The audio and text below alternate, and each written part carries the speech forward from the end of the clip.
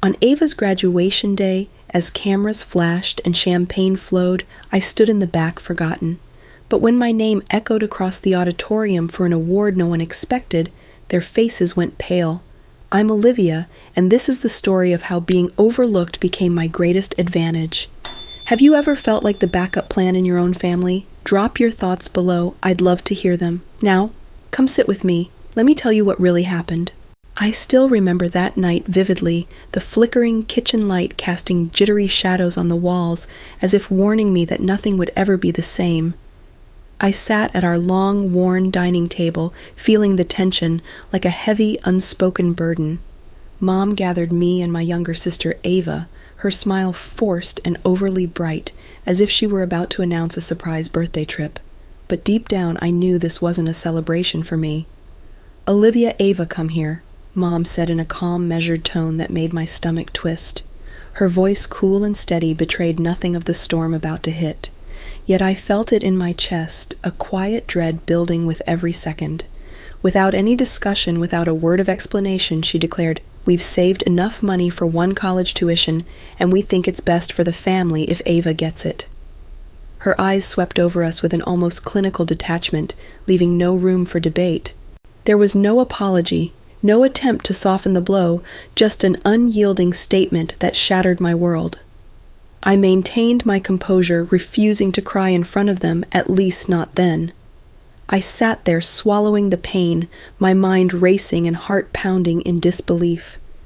Later that evening, after the house had quieted down and the echoes of that fateful conversation had faded into a painful silence, I found myself in the laundry room. Alone, I crumpled next to a basket of mismatched socks. I couldn't hold it in anymore. The tears streamed down my cheeks as I choked on the bitter taste of disappointment. It wasn't just about the money or the tuition. It was confirmation of something I had feared for years. I had always sensed I was living in the shadow of Ava. Every achievement of hers celebrated by everyone, while mine went unnoticed. The cold clinical decision that night confirmed a lifetime of neglect and favoritism, and it hurt more than I could have ever imagined. A faint sound from the hallway broke through my sorrow. Mrs. Jensen, our elderly neighbor, was softly humming as she passed by with her groceries. Her gentle greeting, "Good evening, dear," briefly interrupted my despair, reminding me that sometimes the smallest gestures offered comfort in the darkest hours, but even that simple kindness couldn't fill the void that had suddenly widened inside me. I wiped my tears away roughly, making a silent vow that night. Though my heart ached and my mind reeled, I would not let this define who I am. I would forge my own path, even if it meant enduring more pain, more loneliness. As I sat there in the dim glow of the laundry room, light drenched in sorrow yet burning with a quiet resolve, I realized that the journey toward proving my worth would begin with that very moment. The kitchen, the dinner table, the chilly conversation, they all merged into a vivid memory that would haunt me, yet also ignite a long dormant fire within. And so, with a trembling breath and a steely determination, I began to understand that every scar, every heartbreak, would eventually carve out space for the strength I desperately needed. I whispered softly to myself, "This isn't the end. It's only the beginning." And in that moment, beneath the humming of the old refrigerator and the distant, comforting murmur of a neighbor's goodwill, my resolve solidified, setting me on the path to a future that I would define no matter what. Ava was always the bright one, the bubbly one, the golden girl. She didn't just win spelling bees, she dominated them. I mean the kind of kid who spelled photosynthesis at age 7 without blinking. Our holiday cards, she and Mom wore matching red velvet dresses. Dad and I just tried to keep up. Everywhere we went, Ava sparkled at church potluck, school field trips, even the post office. She had this charm, this way of making grown-ups bend to her smile. Such a polite young lady, they'd gush, ruffling her hair. Me, I was the kid who forgot to zip her backpack, left crayon doodles on math homework, and once gave myself a crooked haircut with kid-safe scissors. I wasn't bad, just invisible. At school, I always got the same tired comment. "Olivia is smart, but she's distracted." Mrs. Harper said once, glancing over her glasses like she was diagnosing a chronic illness. It became the family slogan, but she's distracted. Didn't matter if I read 4 books a week or helped clean the kitchen without being asked. Ava brought home an A+ in social studies ice cream. I brought home a B+ in algebra. Dad sighed. Don't settle, Liv. You can do better if you apply yourself. Apply myself. Like I hadn't stayed up late practicing equations in the back of a workbook I borrowed from the library. I used to sneak downstairs after everyone had gone to bed and draw, not doodle draw. I poured everything into those pages. Emotions I didn't know how to explain, worlds I wished existed. One night I left a sketch on the fridge for Mom, just a simple drawing of her and me at the farmer's market. The next morning it was crumpled in the trash, replaced by Ava's certificate for most cooperative student. When I told my best friend Layla about it at recess, she frowned, chewing the end of her juice box straw. Your family's weird, she said bluntly. My mom keeps every stupid picture I give her, even the one where I drew her with 3 arms. I laughed, but it stung. At church youth nights, Ava led prayer groups. I helped set up chairs. When we'd walk in together, Mrs. Dobbins would beam and pull Ava aside, whispering, "Born for greatness, that one." Then she'd glance at me. And Olivia? So tall now, like being tall was the only thing worth mentioning. I started to keep things to myself, stopped sharing wins. The day I placed 3rd in the regional poetry contest, I rushed home poem in hand. Mom, guess what?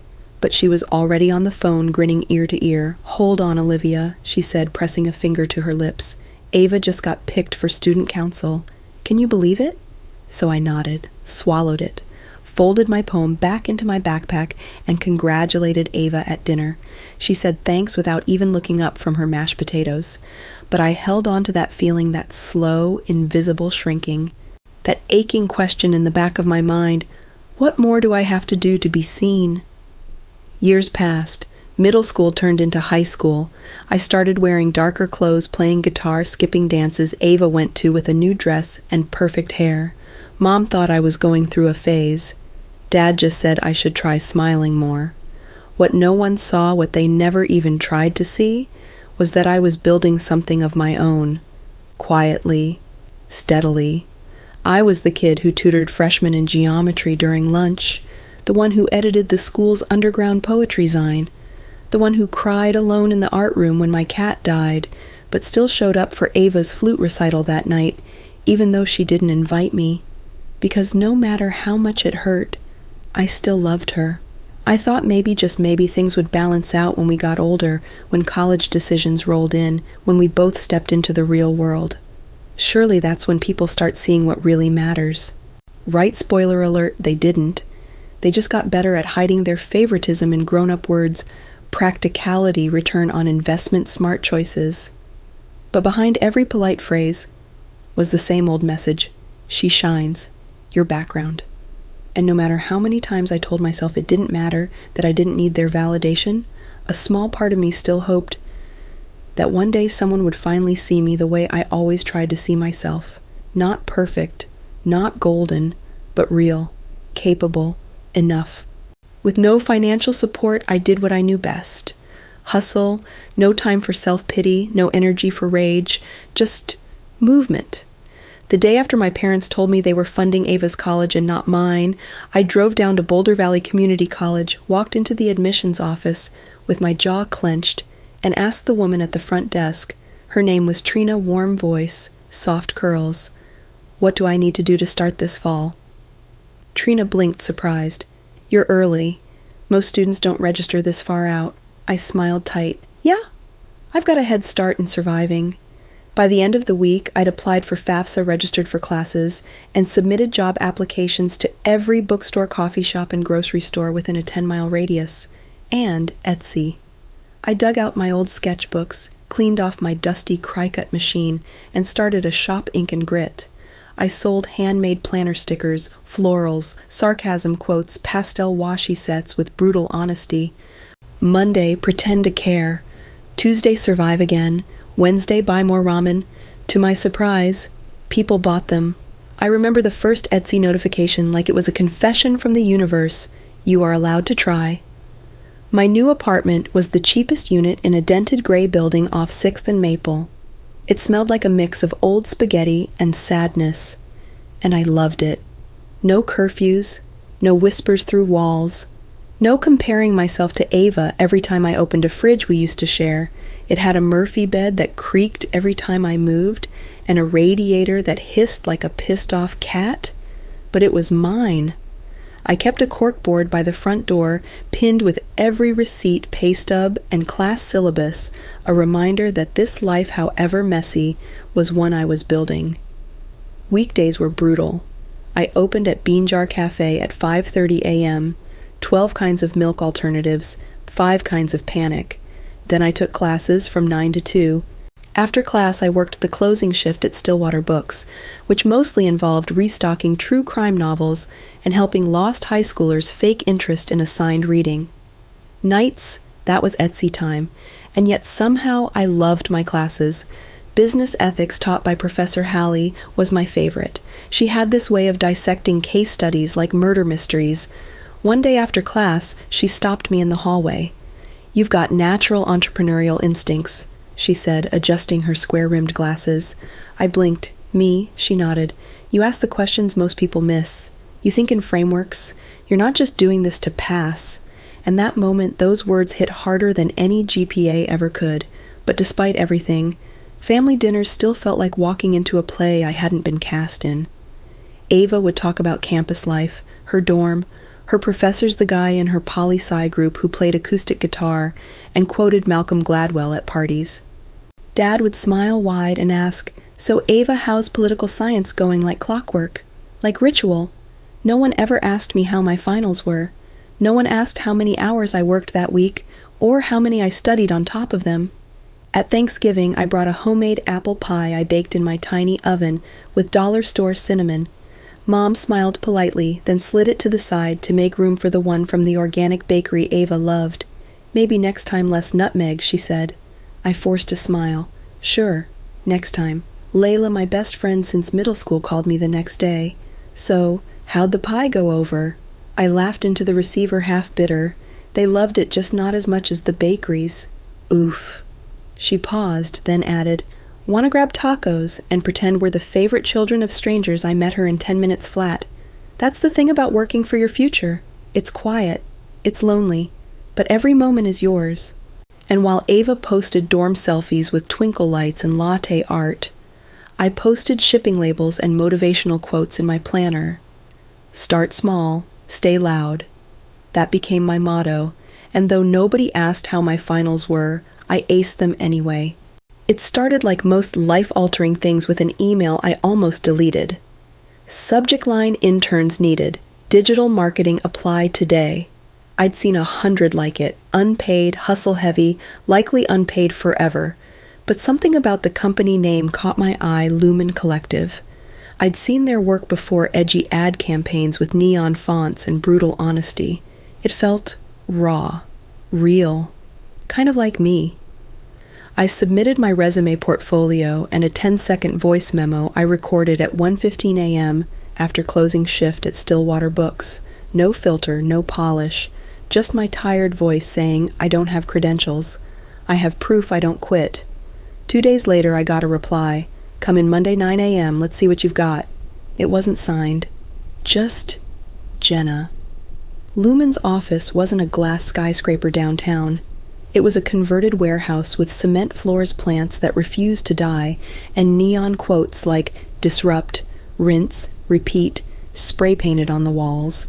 Jenna was already standing when I arrived, coffee in one hand, phone in the other, like a general gearing up for battle. She barely looked up when I stepped in. "You, Olivia." I nodded. "Cool. Grab that stool. We've got 15 Instagram captions to rewrite and a deadline that passed an hour ago."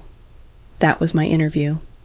For the next 4 months, I worked there 25 hours a week unpaid, typed until my wrists went numb, researched trends until my eyes blurred, drafted, pitched, rewrote, proofed, reproofed, and still, every night I clocked in at the bookstore by 5 p.m. sharp and shelved books until the fluorescent lights flickered off at 11. Sometimes I slept through my alarms. Sometimes I cried in the shower, just to get it out before facing the next day. But I never missed a shift. Never missed a deadline. Not once. Jenna noticed. One Thursday night as I was packing up my laptop, she leaned against the doorframe and said casually, like it didn't mean everything, "You're not like most interns?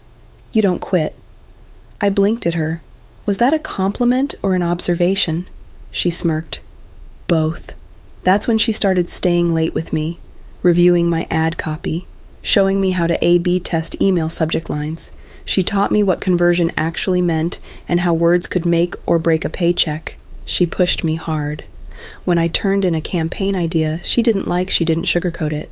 "This is safe," she said, sliding the paper back to me. "You don't get noticed by playing it safe. You get forgotten." I rewrote that pitch 6 times before it got greenlit. One day she pulled up a campaign pitch from another intern. It was polished, technically perfect, but something was missing. Jenna tapped her screen, then turned to me. "This is smart. But your work?" She paused, locking eyes. "Your work moves people. You write like you've been underestimated your whole life, and you're tired of it."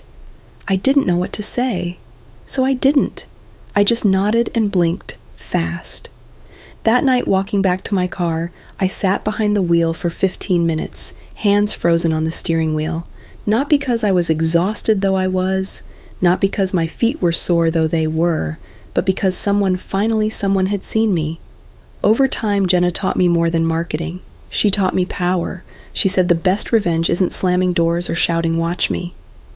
It's success, quietly built and loudly unveiled, and I carried those words with me like a compass. When I asked her just once why she took a chance on me, she didn't hesitate, because I saw the fire, she said, taking a drag from her coffee, and I don't invest in the flames that flicker. Around that time, I stopped checking Ava's Instagram stories. I didn't care anymore about her dorm life updates or group photos with sorority sisters I never met. I had my own world now, one where I was more than the girl who could have done better if she applied herself. One Friday afternoon, after presenting a full client rebrand, Jenna trusted me to lead. She walked by my desk, dropped a sticky note on my keyboard, and kept walking. The note said, "Nice job, Brooks. You just saved the campaign." I stared at it for a full minute, then tucked it into the inside pocket of my laptop sleeve next to a photo of that corkboard from my first apartment. That summer something shifted, not in the world, but in me. I didn't feel small anymore, didn't feel invisible. I still worked hard, still rode the bus with tired eyes, still packed peanut butter sandwiches 3 nights a week. But now, I walked into rooms like I belonged, because I did, and I wasn't done yet. Thanksgiving at the Brooks house felt less like a family holiday, and more like a talent show where only one contestant ever won.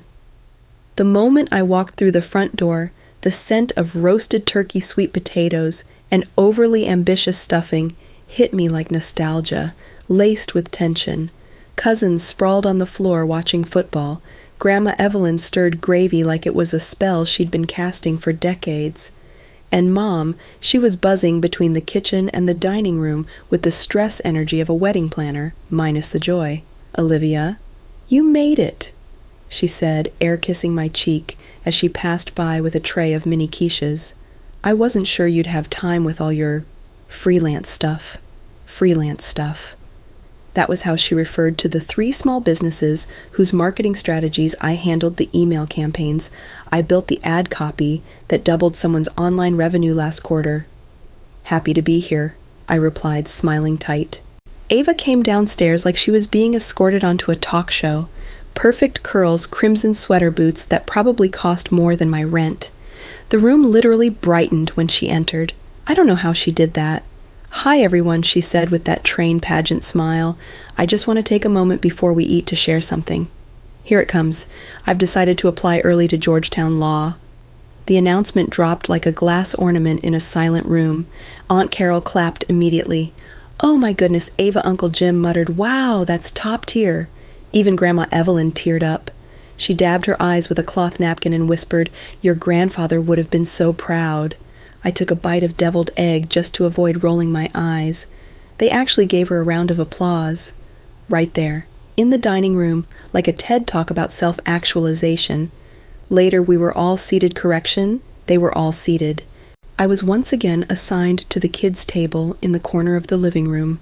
Plastic chairs, mismatched plates, next to my 12-year-old cousin who kept burping cranberry sauce. I was 2 years older than Ava, and still apparently not old enough to qualify for adult conversation.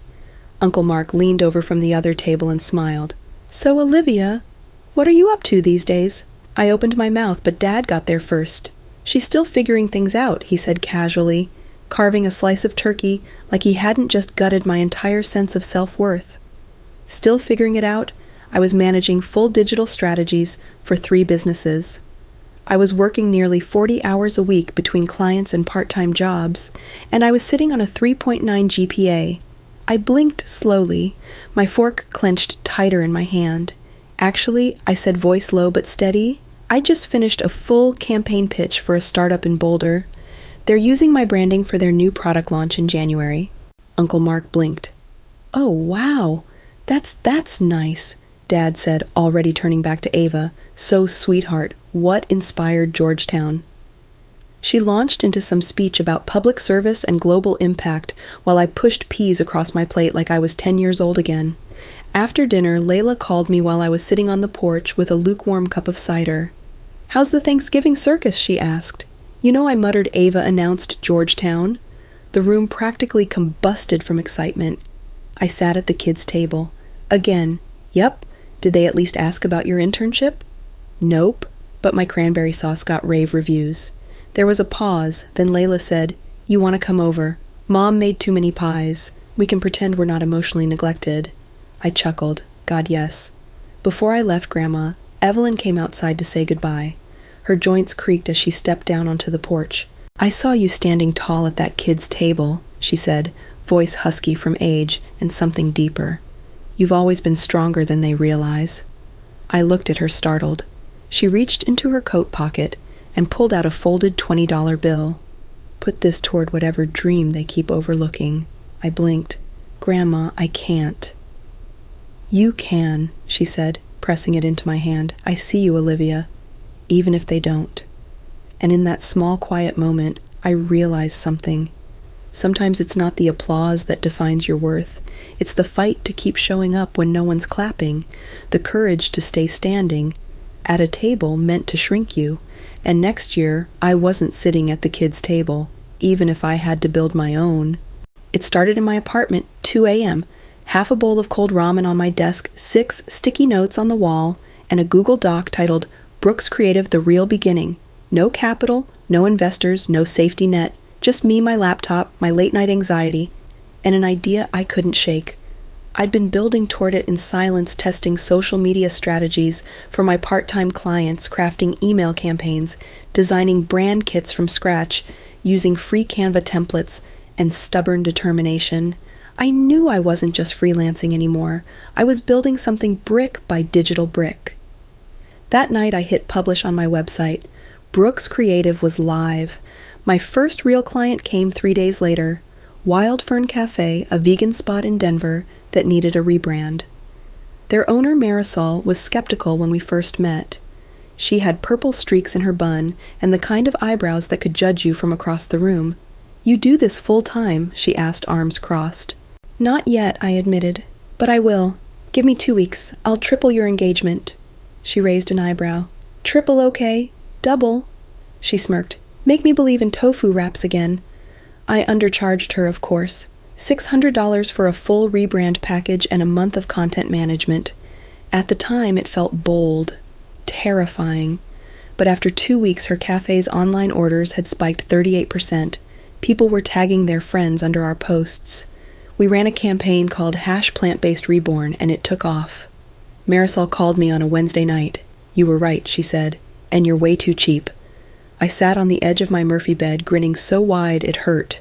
After that, things snowballed. A boutique candle shop in Boulder, a fitness coach launching a YouTube channel, a photographer who needed help turning her Instagram into a portfolio. By month 3, I had 6 steady clients, and 1 assistant. Her name was Taylor. We met in our Tuesday night marketing class. She wore flannel over band tees and always carried an emotional support iced coffee.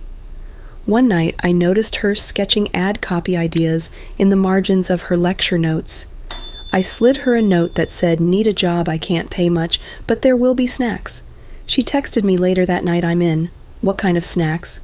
We worked out of my apartment, her on my floor with a blanket and her laptop, me at my secondhand desk with peeling corners and a mug that said CEO-ish. I was living on caffeine frozen meals and the high of watching something grow from nothing. Sleep optional. Sanity questionable. Worth it every second. One night during a client strategy call, Taylor muted the Zoom mic and whispered, "Do they know you're 23? I shook my head. "They think you're older," she asked. "No," I said, grinning. "They think I'm fearless." I was building systems, onboarding templates, referral incentives. I was learning to invoice properly and chase down late payments with the grace of a polite assassin. I was creating value, real value, and yet, to my parents, I was still just freelancing. Over dinner one Sunday, Mom asked Ava if she'd finished her mock trial presentation. She asked me if I'd found a real job yet. I blinked. "Mom," I said, keeping my voice even, "I just booked a $2,000 retainer for brand strategy. That's more than most entry-level grads are making per client." She smiled tight, unreadable. "Well, sweetie, just make sure you don't burn out before you have a 401k. Dad didn't even look up from his phone. But I had something better than a 401k in that moment. I had a message from Marisol that read, "We just had our biggest weekend ever. Couldn't have done it without you." I had an email from a stranger that said, "I found you through the candle shop. Do you do website strategy too?" And I had a post-it on my desk, written in Taylor's messy handwriting, "You're building an empire. Don't forget to hydrate." They thought I was just freelancing, but what I was really doing was becoming unstoppable. Ava's graduation photos were everywhere. My phone screen lit up with Instagram posts, her beaming in a rented cap and gown framed by blush pink roses, and one of those white wooden ladders that people now use for aesthetic verticals. The caption, "Georgetown bound. So grateful for my support system." She was stunning, radiant, and very much not me. While she posed in a meadow with balloons, I was at home clicking through Canva templates, designing digital invitations for my own graduation. Nothing fancy, just clean lines, navy blue text, and a quiet announcement. "You're invited to celebrate the Business Student of the Year, Class of 22, Olivia Brooks." I sent them to everyone, family, cousins. Friends of the family, even Mrs. Jensen next door. No one RSVP'd, not even my parents. 2 days before the ceremony, Mom texted, "Sorry, honey, we promised Ava a trip to DC that weekend. We'll celebrate you later." I stared at that message for a long time. Later. I imagined later like a sad, lonely cupcake with a candle stuck in it, afterthought frosting eaten at the kitchen counter while Ava unpacked souvenirs from the National Mall. But I didn't respond. What was there to say that I hadn't already swallowed? Graduation morning came, with sunlight sharp and clean like the air had been scrubbed overnight. I woke early, dressed slowly. There was no photo shoot, no makeup artist, no champagne flutes chilling in the fridge. Just me, and the cap and gown I paid for myself, still smelling faintly of the cardboard box it came in. I looked at myself in the mirror. I wasn't radiant. I wasn't staged. But I looked earned. Campus buzzed with nervous energy grads, hugging families, clapping professors, straightening honor cords. I sat alone near the edge of the courtyard, legs crossed, trying to calm the anxiety that felt like bees under my ribs. Layla found me first. She wore oversized sunglasses, carried a coffee in one hand and a pastry bag in the other. "Saved you the last lemon scone," she said, dropping it in my lap. "Did you RSVP to my non-party?" I asked. She grinned. "I'm RSVPing with carbs and caffeine."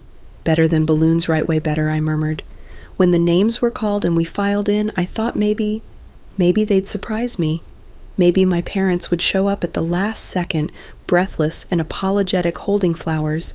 But when I looked to the crowd, searching, hoping, there were only strangers, clapping politely, no mom, No Dad, no Ava. Still, when my name was announced Olivia Brooks Business Student of the Year, I walked across that stage like the floor belonged to me. My favorite professor, Dr. Klein, stood at the podium. As I stepped forward, she smiled, eyes bright behind silver glasses, and started to clap. Then she kept clapping, and then the room followed. The applause started slow, but it grew, louder, stronger. People were standing. For me. Dr. Klein leaned in as I shook her hand. "You didn't just show up, Olivia," she whispered. "You arrived." Afterward, Layla ran up, phone in hand. "Okay, you're a legend now. Everyone's asking who you are." I laughed a breathless, overwhelmed sound. Guess they liked the girl who didn't quit. That night I went home, opened my laptop. There was one new message in my inbox, from Marisol, the vegan cafe owner. "Just saw your speech online. You made me cry. You're not building a business, you're building something bigger." And I did cry reading that, not because they weren't there, but because finally I didn't need them to be. For the first time in my life, I felt something I didn't need to fake, or chase, or beg for pride. Even without their presence, even without a camera crew, even without the matching floral backdrop, I was enough. And more than that, I was just getting started. The room smelled like fresh paint ambition and too much cologne. It was a Tuesday morning in May, and I was standing in the lobby of the Denver Innovation Hub, clutching my pitch folder so tightly my fingers ached. A dozen other finalists milled around each one, slick, confident, armed with flashy prototypes and degrees from schools that actually mattered to people like my father. Me, I had a Canva-designed slide deck, a brain wired on 3 hours of sleep, and a blazer that cost more than my first month of groceries. Taylor, my assistant, had helped me pick it out. "It says boss without screaming. Please take me seriously," she told me. She'd even written a sticky note and tucked it inside my folder. "Make them remember you." So that's exactly what I planned to do. When they called my name, Olivia Brooks, founder of Brooks Creative, I stepped up onto the platform like it was a ledge one breath from falling or flying. I took in the panel 4 local investors, 2 city entrepreneurs, and a man in a bow tie who had definitely never eaten instant ramen in a windowless apartment. My name is Olivia Brooks. I began voice-steady practiced, but with fire underneath. And I started my digital content agency with nothing but a laptop, $42 in my bank account, and the belief that small businesses deserve big ideas. A few raised eyebrows. I dove into numbers, growth trends, client success stories.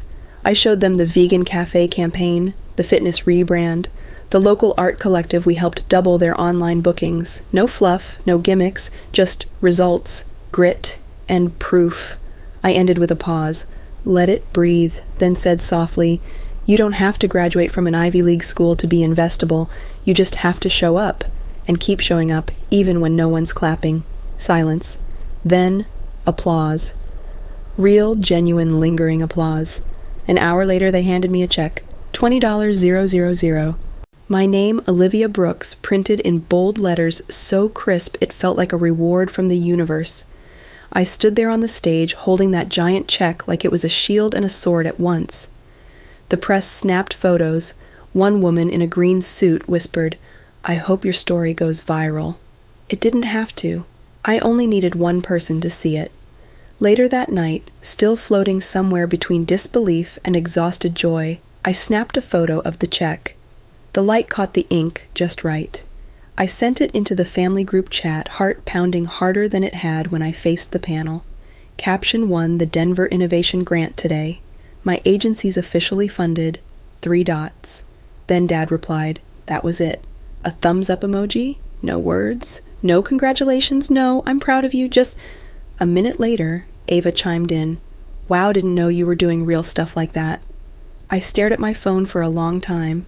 Taylor, who was sitting across the room eating tortilla chips with chopsticks, don't ask, glanced over. "Everything okay?" I shrugged, tossing my phone face down onto the couch cushion. "Yeah, just my dad, being my dad." She raised a brow. "What did he say?" I held up my thumb.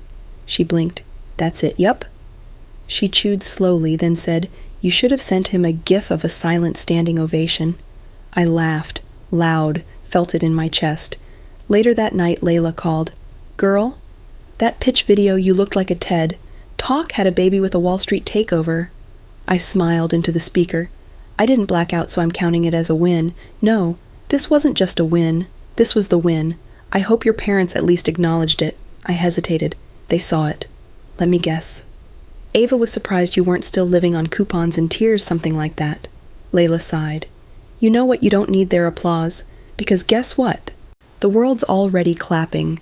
I hung up, stood in the center of my apartment, and looked around. The shelves lined with campaign notebooks, the corkboard pinned with goals, the string lights flickering above my desk like stars I'd earned, and that check leaning against the wall, glowing under soft light. I wasn't just doing real stuff. I was becoming real stuff. And one day, even a thumbs up wouldn't be enough to describe me. It was a Tuesday night. I remember because I had just burned a frozen pizza. Again. The apartment smelled like disappointment and garlic. Taylor had left early after a long day of client calls. I was sitting cross-legged on the floor halfway through editing a branding deck for a yoga studio when there was a knock on my door, 3 soft taps, uncertain. I wasn't expecting anyone. I stood slowly, wiped my hands on my sweatshirt, and peeked through the peephole. Ava. I blinked, checked again like maybe I imagined it. She was standing there in sweats and a hoodie hair tied up in the kind of messy bun that says, I didn't come here to be seen, I came here to fall apart. I opened the door. Her voice cracked before it even formed a sentence. Can I come in? She dropped her bag on the floor and slid into the corner of my couch like a ghost haunting a space she used to know. Eyes red, cheeks raw, fingernails chewed down. You okay? I asked softly. She gave a dry laugh, more air than sound. No, not really. I offered her water. She asked if I had anything stronger. I found a bottle of cheap red wine left over from a canceled date night and poured us each a mug classy I know. We sat there for a long moment. The silence between us wasn't heavy like it used to be. It was waiting, expectant. Then she said it. I don't even want to go to law school. The words dropped like a bomb in the room. She stared into her mug. I've been doing it for Mom and Dad since high school, since that stupid model UN trip when they started calling me their future senator. I sat still, let her unravel. I hate it. The pretense, the way they look at me like I'm a resume with legs. I only applied to Georgetown because they already told everyone I would. It's like, I'm on this train I didn't buy a ticket for. I breathed in slowly. That's a hell of a train ride. She looked up, tears brimming, mascara smudged. I thought if I did everything right, they'd love me more. Or at least they'd love you less. That one stung, but not in the way I expected. She shook her head quickly.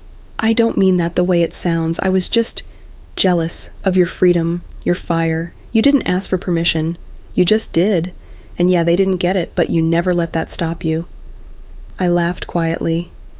You think I felt free, Ava? I cried in the laundry room next to moldy socks when they told me they picked you. She blinked. I thought you hated me. I envied you, I said, but I never hated you. We ordered Thai food, 2 drunken noodles, 1 Penang curry, no rice we forgot. We sat on the floor and talked for 4 hours about childhood, about how Grandma always made 2 pies, but gave Ava the prettier one, about how I always felt like an extra in the movie of our family, about how she always felt like the main character trapped in the wrong script. At one point, Ava said softly, I think I missed having a sister, and I'm just now realizing you were right there all along. When she finally stood up to leave, it was past 2 a.m. She pulled on her hoodie, adjusted the sleeves, and looked at me with something I'd never seen in her eyes before, humility, and then she said it. You were always braver than me. She left before I could even respond. I stood at the window and watched her walk to her car, under the streetlight's small, slow steps, like the weight of truth was still dragging behind her. For the first time in our lives, we hadn't been opponents. We'd been sisters. And somewhere between the curry containers and wine mugs, we'd started to rewrite our story. It was the kind of day you wish were cloudy, just so the sun wouldn't expose every insecurity, every expectation, every crack in the family performance. Ava's graduation was hosted at the University of Denver's main lawn, trimmed to perfection like the event had been planned by a wedding coordinator on espresso. There were gold foil balloons spelling out Georgetown bound a 3-tier mimosa bar, and a photographer hired just to get candid shots of the family looking naturally proud. I showed up in my best thrifted dress, blue with white polka dots, vintage slightly wrinkled and very me.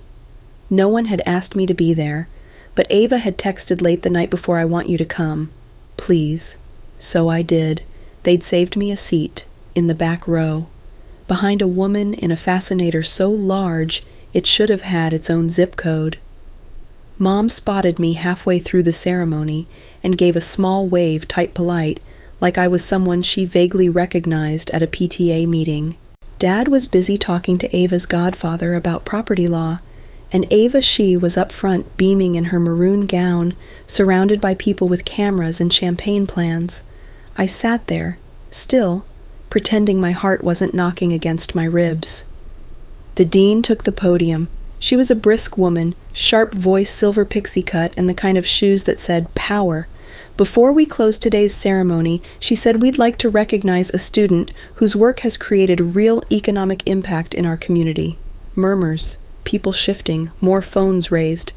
Though not a graduate of this institution, she continued, "This individual represents the spirit of innovation, resilience, and vision we hope to cultivate." Then she said my name, clear, direct, Olivia Brooks. Silence. Then heads turned, one by one. Ava turned around slowly, eyes wide. Mom's mimosa glass slipped in her hand, liquid sloshed onto her silk blouse. And Dad turned pale. Like bone-white mouth slightly open, stunned silence, kind of pale. I stood, walked to the stage. My heels cheap but loyal, didn't wobble once. The dean handed me a framed certificate and stepped aside. The mic was right there, and I knew this was it. Not revenge, but recognition. On a stage I hadn't been invited to, but had earned my place on. I took a breath, then leaned in. "I wasn't invited to this party," I said, "but life has a funny way of making room for people who won't stay small." The crowd stilled. You could feel the silence, thick, tight, electric. Then a slow clap, then another, and another, until the courtyard filled with applause. Even Ava stood, hands clapping, tears brimming. Mom sat frozen. Dad looked like he'd just witnessed an eclipse. Afterward, Ava found me by the snack table. She hugged me, tight. "You own every room you walk into," she whispered. I smiled. "And you invited me to this one." Later that night, I posted a photo of the certificate, captioned it simply, "Sometimes the stage you belong to isn't the one they built for you, it's the one you walk onto anyway." And I meant every word. The reception was hosted in the glass atrium behind the university's law building, a space meant for light to pour in and secrets to stay out. But that afternoon, the sun exposed everything. The moment I stepped down from the stage, something in the air changed. It was subtle, like the shift before a thunderstorm, or that hush that falls right after someone says the unthinkable at a family dinner. I wasn't just Olivia Ava's sister anymore. I was Olivia Brooks' award-winning entrepreneur. People I'd never met, deans, advisors, small business owners, started circling me like moths to a spark. They asked about Brooks Creative, about our campaign metrics, our expansion plan, even my consulting rates. One man in a tan blazer smelling like cedarwood and old money handed me his card with the words, "The mayor's office would love to collaborate." I blinked. Ava, quiet and steady, stood beside me like she'd been assigned the role of security detail. She kept an eye out for awkward ambushes and redirected conversations like a pro. She just closed a 6-month contract with a wellness franchise, Ava told one group of onlookers. "The results have been insane." Someone asked, "Is that true?" I just smiled. "It's public data now. Feel free to Google me." Eventually the inevitable happened. Mom and Dad walked over. Dad's tie was crooked. Mom's mimosa stain had dried, but left a faint blush across her silk blouse, like embarrassment had become part of her outfit. They stopped a few feet away, hesitant. Dad said, clearing his throat, "We had no idea you were doing all this." I nodded slowly, one hand still gripping my award plaque like it was both armor and proof. I didn't yell. I didn't cry. I just let the truth roll out, calm, sharp, and final. That's because you never asked. His face twitched. The silence between us crackled. Mom tried to smooth it over with that classic polished tone she used when making excuses at garden parties. We just wanted what was best for both of you. I raised my hand gently, not to silence her, but to stop the script. No. You wanted what made you look good. She blinked, hurt flickering behind her eyes. Ava's path was easy to brag about. Mine required believing in something you couldn't see yet. And just like that, the room shrank. There were no professors, no catered quiches, no floral arrangements, just the four of us, truth hanging in the air, hot and heavy. Dad opened his mouth, then shut it, and then Ava stepped forward. Her voice was steady, but every word slammed like a gavel. They didn't just ignore her, she said. They chose not to see her. Silence, sharp, surgical. Mom's lip quivered. Dad looked away. No one clapped, no one interrupted. For once they heard us. Ava slipped her arm through mine. And in that moment, side by side, I didn't feel like a footnote in her story anymore. I felt like the headline of my own. We didn't stay long after that. As we walked out of the atrium, heels tapping heads high, I glanced back one last time. They were still standing there, surrounded by the life they'd carefully crafted, but no longer the center of mine, because for the first time, I had nothing left to prove. The Denver Business Forum was held in a downtown auditorium with glass walls and echoey acoustics, one of those places where everything felt like a TED Talk waiting to happen. I stood backstage staring at the script in my hands, and then folded it quietly into my purse. I didn't need it, because this wasn't just a speech, it was a homecoming. I glanced at my reflection in the hallway mirror, navy jumpsuit blazer, draped over one arm, my hair curled just enough to say, I tried, but not I'm trying too hard. And as I walked onto the stage, I thought this all started with a basket of mismatched socks and a decision to not let that be the end of me. The lights were bright, but the audience was sharper. Investors, educators, founders, 20-somethings in oversized blazers, pretending not to be nervous. I opened with a story mine. The late shifts at the bookstore, the sticker Etsy shop, the unpaid internship that turned into a career, the graduation no one attended. And then success isn't always about who opens the door for you, I said, voice steady. Sometimes it's about who decides to build the damn door. They clapped. Some stood. A few wiped tears. But the real moment came after. A woman in a gray suit approached me, mid-40s CEO energy. We're launching a mentorship program, she said. We'd like you to lead it. Design the whole thing from scratch. You know the kids we're trying to reach because you were one of them. I stood there stunned, but certain. I'm in. That night, Ava came over to my apartment. No drama, no breakdowns, just two sisters with a box of funfetti cupcakes and a bottle of sparkling cider from Trader Joe's. She held up her glass. To Brooks Creative, she smiled. And to the girl who built something from nothing? I laughed, soft and full. Not nothing, I said, just not the kind of something anyone expected. She leaned in, eyes glowing. That's not just success. That's power. Later, after she left, I sat on my fire escape with a blanket and the city breathing beneath me, and I let myself feel it fully, the pride, the peace, the closure I never thought I'd get. I didn't crave apologies anymore, not from my parents, not even from the version of me who once begged for their approval, because I had turned disappointment into discipline, loneliness into leadership, and pain had become a platform.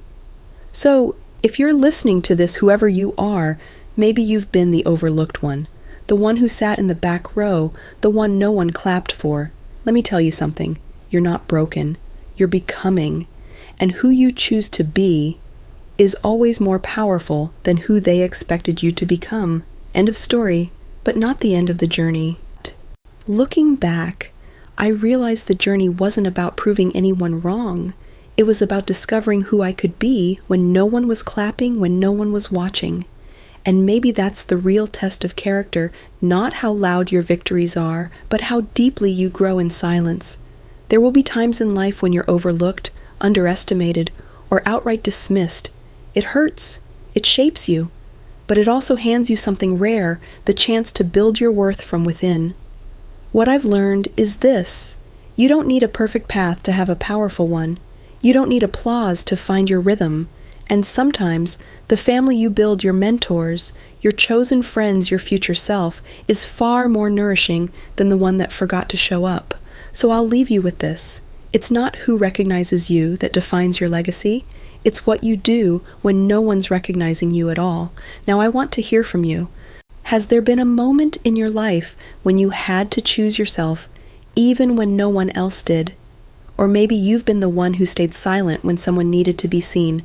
What would you say to them? Now drop your thoughts in the comments below. Let's create space for the stories that often go unheard. And if this story made you reflect, maybe even stirred something inside, you don't forget to subscribe so you never miss a moment like this again.